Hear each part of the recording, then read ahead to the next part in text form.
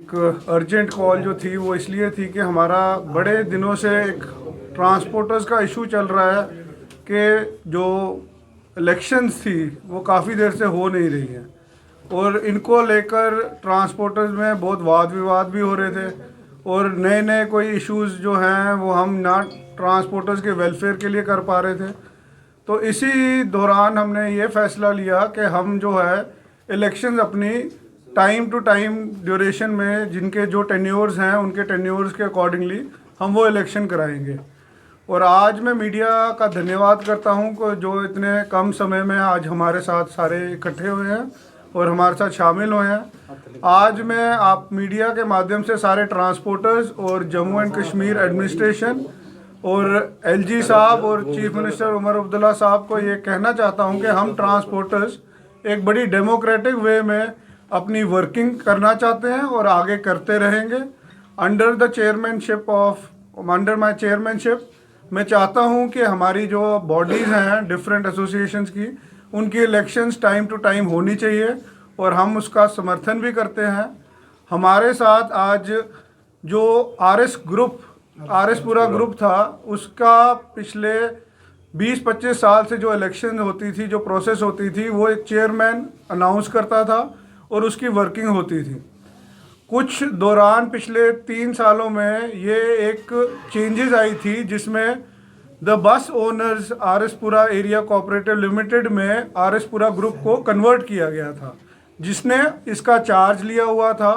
और उसका आज इलेक्शन का जो है उन्होंने एक इलेक्शन हुई थी, उस इलेक्शन में सर्वसम्मति के साथ लाभ सिंह जी जो पहले प्रधान थे उनको नियुक्त किया गया है आरएसपुरा ग्रुप का प्रधान। मैं मीडिया के माध्यम से और ट्रांसपोर्टर्स को ये कहना चाहता हूं कि एक तो मैं उनको बहुत ही मुबारकबाद देता हूं कि वो वापस चुन के यहाँ पे प्रधानगी में आरएसपुरा ग्रुप को एक सही तरीके से चलाएंगे। और दूसरा कि हमारा यही सबसे बेनती है कि हम इसी तरीके से आगे भी इलेक्शन की जो कार्रवाई है उसको करेंगे और आने वाले समय में एक ब्लूप्रिंट बना के हम बाकी भी एसोसिएशंस का जिनका जैसे ही टेन्योर हो रहा है वो हम उसी तरीके से इलेक्शंस करवा के एक डेमोक्रेटिक वे में फंक्शनिंग करेंगे। और मैं एडमिनिस्ट्रेशन को भी ये कहना चाहता हूँ कि हमें इसमें ट्रांसपोर्ट वेलफेयर एसोसिएशन जो इतनी देर से इसकी कार्रवाई कर रही है और इस गाड़ी को एक ट्रैक पर रख के चला रही है, हम चाहते हैं कि एडमिनिस्ट्रेशन का भी हमें समर्थन रहे। हमने कई बारी कुछ सवाल उठाए हैं कि कुछ एंटी एलिमेंट्स जो हैं वो ट्रांसपोर्टर्स के अंदर वाद विवाद बनाने की कोशिश कर रही हैं, उसे रोका जाना चाहिए। हमने कड़े मुद्दे भी उठाए हैं और कहीं हमने एप्लीकेशन भी मूव की हैं जिनके ऊपर कोई कार्रवाई नहीं हो रही है। हम चाहते हैं कि उस पर सख्त से सख्त कार्रवाई होनी चाहिए क्योंकि हमारा भी सब्र जो है वो कुछ देर के बाद टूट सकता है और हम चाहते हैं कि डेमोक्रेटिक वे में फंक्शनिंग होनी चाहिए, ना कि यहाँ पे गुटबाजी बने। और ट्रांसपोर्टर्स का जो हल है, जो उनकी मुश्किलें हैं, हम वेलफेयर एसोसिएशन के हल के लिए यहाँ बैठे हैं और आने वाले समय में हम उनका हल निकालने का पूरा एक प्लान चॉकआउट करेंगे। रही बात इलेक्शंस की, वो भी हम आने वाले समय में इनकी टाइम टू टाइम हर एक एसोसिएशन की इलेक्शन आगे करवाएंगे। धन्यवाद। करण जी, लगभग कितनी एसोसिएशंस हैं जिनके इलेक्शंस ड्यू हैं और क्या उसका डाटा क्या है?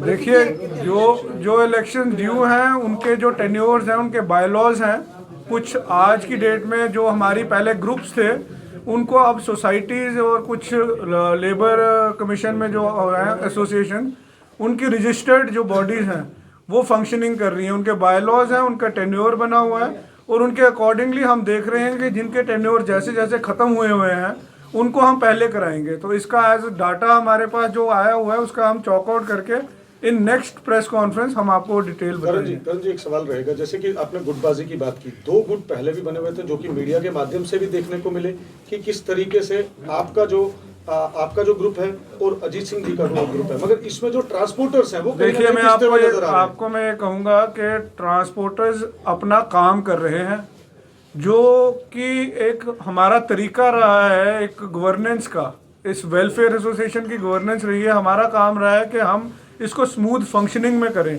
गुटबाजियाँ बनाई जा रही हैं, मेरा ये कहना था कि गुटबाजियाँ बनाई जा रही हैं। और वो बनाने का क्या मकसद है वो भली भांति हर ट्रांसपोर्टर जानता है कि हम नहीं चाहते कि हम किसी वाद विवाद में पड़े। हम चाहते हैं कि एक स्मूथ फंक्शनिंग हो और उसके लिए हमारा ये कारवां जो चल रहा है वो थ्रू इलेक्शन प्रोसेस चलेगा।